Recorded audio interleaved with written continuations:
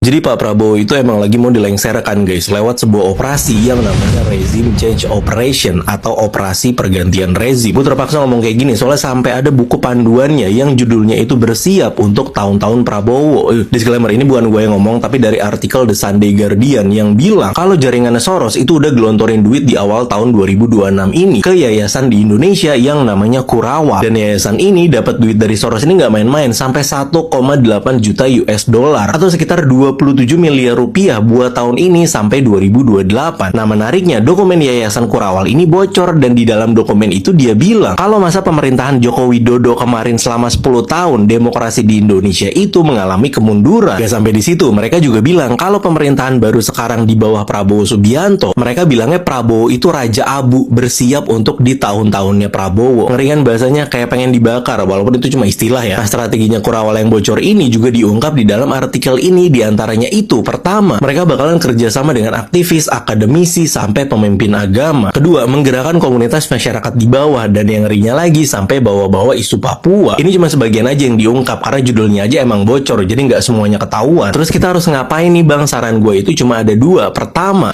kita semua ini harus cinta sama Indonesia sekarang. Pemerintah kita emang nggak sempurna, tapi kasih presiden kita Pak Prabowo kesempatan buat kerja. Terus kedua, bersihin sosmed lo semua dari konten yang mengandung kebencian, pesimisme, provokasi, adu domba. Mulai normalisasi ngeblok akun-akun yang kontennya modelan kayak begitu. Kalau akun gak jelas itu kalian bisa klik not interested atau apapun itulah. Biar apa? Biar timeline lo bersih, biar pikiran lo itu nggak kepapar sama hal-hal negatif setiap hari. Karena jujur, musuh terbesar operasi pergantian rezim ini bukanlah pemerintah, tapi kita, warga atau rakyat Indonesia yang cinta sama negaranya, yang nggak mau kedaulatan bangsa kita diacak-acak.